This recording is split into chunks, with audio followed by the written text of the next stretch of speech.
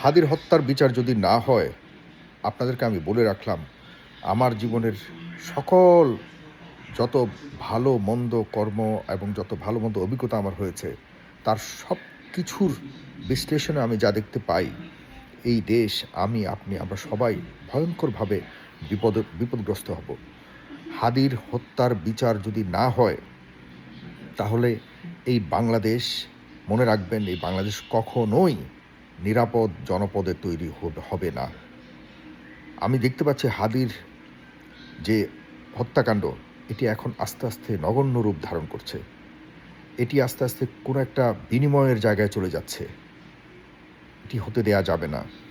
হাদির জন্য আমি ব্যক্তিগতভাবে দাবি করেছিলাম যে শাহবাগ চত্বরকে শহীদ হাদি চত্বর ঘোষণা দিতে হবে।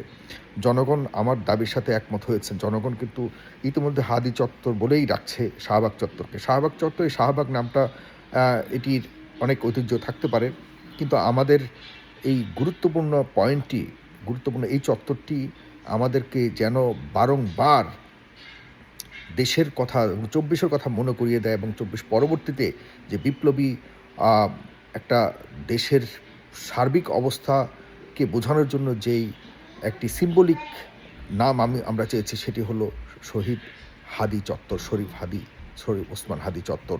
না হোক হাদি চত্বর, হোক, খুব সহজ ভাষা যেন হয়। এটিকে আমি দাবি জানিয়েছিলাম।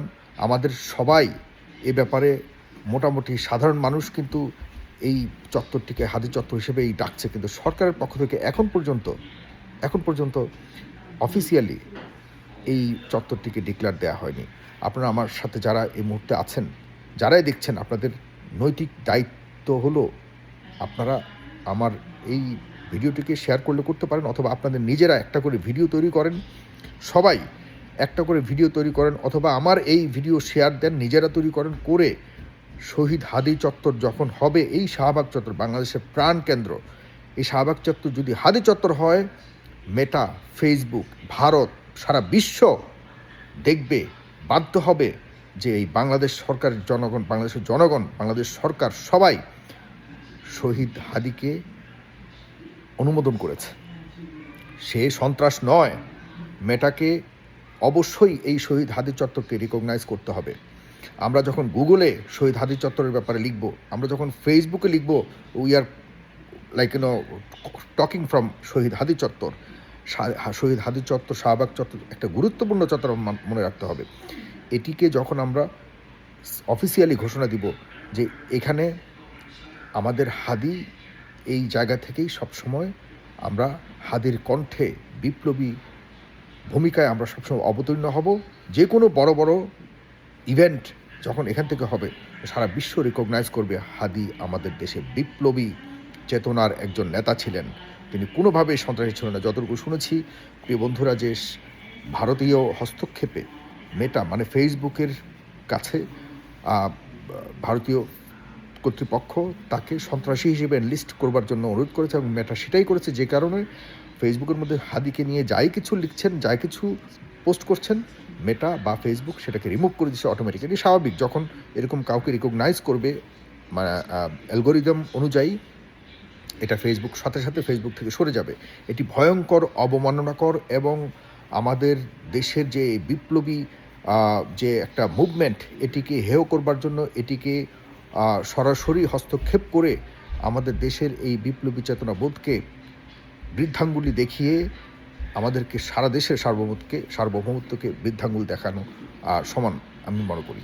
সুতরাং প্রিয় বন্ধুরা, আপনারা যারা দেখছেন, আমরা সবাই একসাথে হাদির ব্যাপারে, এখন যেহেতু অনেক সময় দেখা যায় হাদির ছবি পোস্ট করতে পারবেন না, কিন্তু আমরা কথা বলতে পারবো। যখন হাদির বিষয়টাকে আমরা চত্বরে রূপান্তরিত করবো, হাদির নাম দিব, তখন মেটা এই জায়গাটাকে রিকগনাইজ করবে হাদি চত্বর হিসেবে।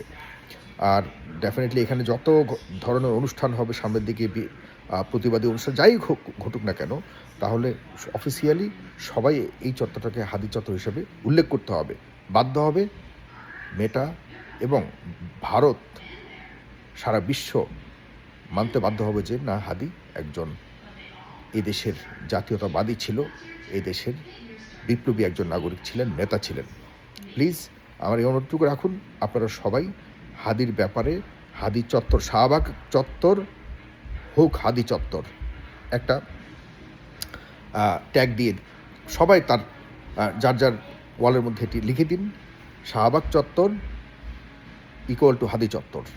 আমরা চাই এটা হোক, এবং এটা খুব দ্রুত সময়ের মধ্যে হতে হবে প্লিজ। আমি এই ছোট্ট ভিডিওটুকু করেছি শুধু এটা বলার জন্য, আমরা ভারতকে বুঝিয়ে দিতে চাই হাদি আমাদের কাছে কতটা গুরুত্ব।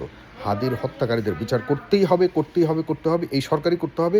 আদারওয়াইজ আমরা ভাববো এই সরকার সব কিছুর মূল্যে এই সরকার রয়েছে। না হলে কেন হাদির খুনিরা বের হয়ে যেতে পারলো এত সহজভাবে, নিরাপদভাবে? আমরা এর গভীর তদন্ত চাই, কারা এর পেছনে রয়েছে সবার চেহারা আমরা সামনে দেখতে চাই প্লিজ। বলে রাখলাম, না হলে আমরা আরও ভয়ঙ্করভাবে নামবো। বিপ্লব এখনও শেষ হয়নি, সবার কাছে বলে রাখলাম। থ্যাংক ইউ, সালাম।